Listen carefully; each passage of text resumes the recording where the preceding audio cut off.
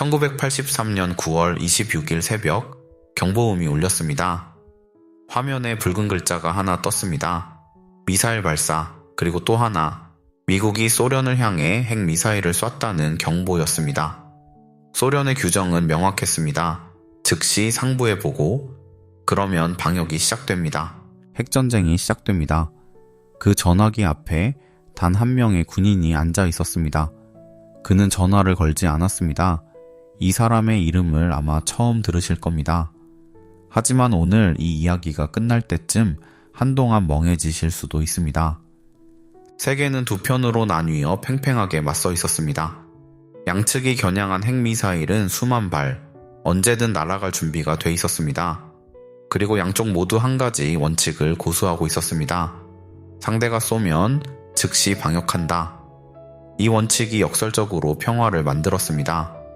어느 쪽도 먼저 쏘면 둘 다 죽으니까요. 이것을 MAD라고 불렀습니다. 영어로 맞는 미쳤다는 뜻이기도 합니다. 이름부터가 솔직한 시대였습니다. 쉽게 말하면 두 사람이 서로 총구를 겨누고 서 있는 상황이었습니다. 먼저 방아쇠를 당기면 상대도 동시에 쏩니다. 그러니 아무도 먼저 못 쏩니다. 그 공포가 평화였습니다. 당시 사람들은 이 공포 속에서 살았습니다. 미국 학생들은 핵공격 대피 훈련으로 책상 밑에 숨는 연습을 했고, 소련 시민들도 방공호 위치를 외우며 일상을 보냈습니다. 언제 죽어도 이상하지 않은 시대였습니다. 그런데 그해 9월 초 분위기가 한층 더 날카로워졌습니다. 소련 전투기가 민간 여객기를 격추했습니다. 대한항공 7편, 승객 269명 전원 사망.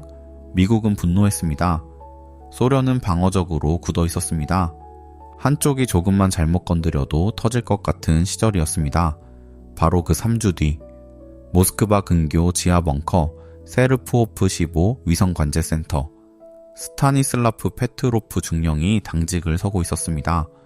군인이지만 엔지니어 출신으로 숫자와 시스템을 다루는데 밝았습니다. 소련의 핵경보 위성 시스템 오코를 관리하는 당직 사령관이었습니다. 오코는 우주궤도의 위성이 미국 미사일 발사를 감시하는 시스템이었습니다. 미국이 핵을 쏘면 가장 먼저 경보를 울리는 장치였습니다. 화면만 밤새 들여다보는 어떻게 보면 가장 지루한 보직이었습니다. 이날 밤도 그렇게 시작됐습니다. 자정이 막 지난 시각이었습니다. 벙커는 조용했습니다.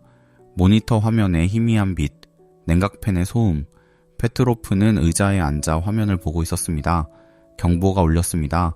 화면에 붉은 글자, 발사 탐지. 미국 본토에서 ICBM 대륙간 탄도미사일이 발사됐다는 신호였습니다. ICBM은 미국에서 소련까지 약 20분이면 도달하는 핵탄두입니다. 처음엔 1발이었습니다. 경보 등급이 최고 단계로 치솟았습니다. 화면에는 최고 신뢰도 라는 표시가 깜빡이고 있었습니다. 벙커 안 모든 사람의 눈이 페트로프에게 향했습니다. 규정은 명확했습니다. 즉시 상부 보고. 페트로프의 손이 전화기 위에 놓입니다. 그는 걸지 않았습니다. 그의 머릿속에서 무언가가 걸렸습니다. 미국이 소련을 선제 공격한다면 고작 5발을? 미국의 핵탄두는 수천 발이었습니다. 진짜 공격이라면 수백 발이 동시에 날아와야 합니다. 5발로는 소련의 반격 능력을 없앨 수 없습니다. 이건 숫자가 맞지 않습니다.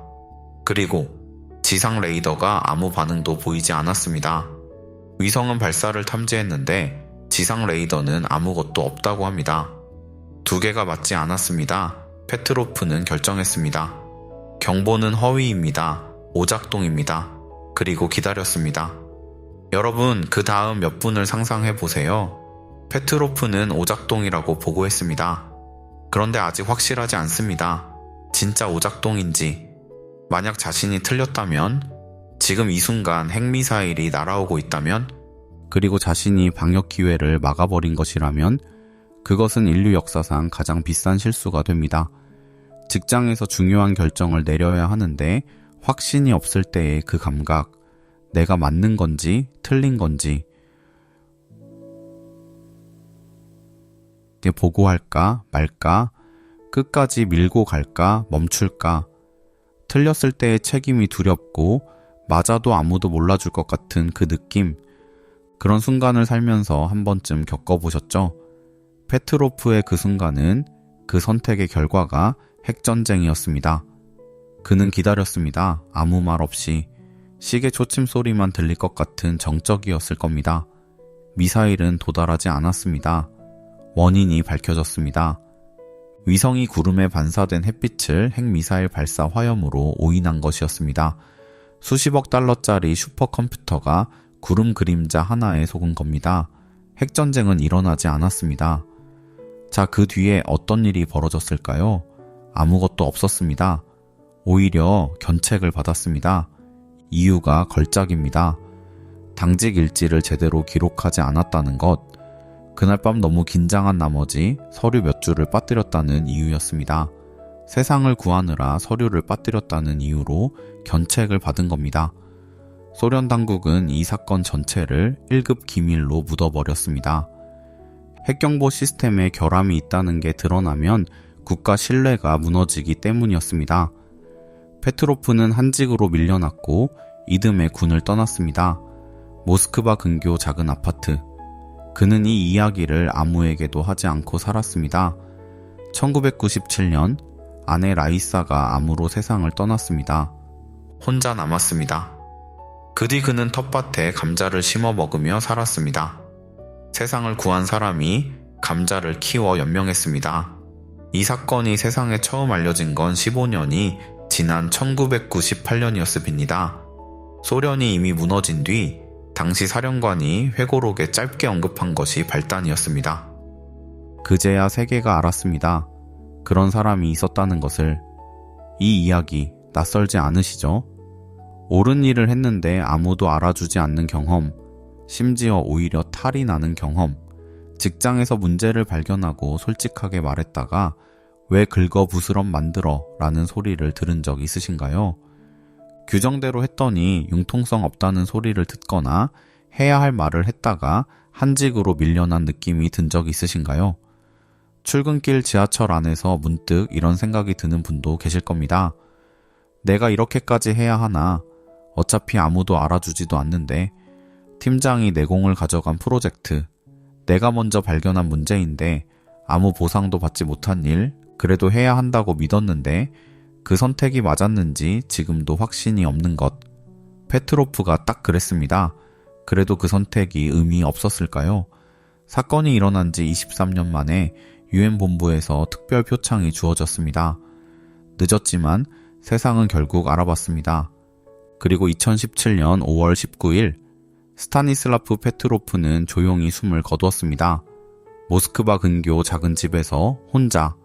그의 죽음이 세상에 알려진 건 수개월이 지나서였습니다. 그를 오랫동안 알고 지내던 독일 친구가 안부 인사 전화를 걸었다가 아들 드미트리에게 소식을 들은 것이었습니다. 세상을 구한 사람의 마지막이 그랬습니다. 한 가지만 기억해 주세요. 역사를 바꾼 사람이 항상 역사에 이름을 남기지는 않습니다. 그리고 아무도 알아주지 않는다고 해서 그 선택이 의미 없었던 것도 아닙니다. 이런 이야기를 계속 만드는 힘이 됩니다. 그날 새벽 혼자 수화기를 내려놓은 그 남자의 이름, 이제는 기억해 주셨으면 합니다. 스타니슬라프 페트로프.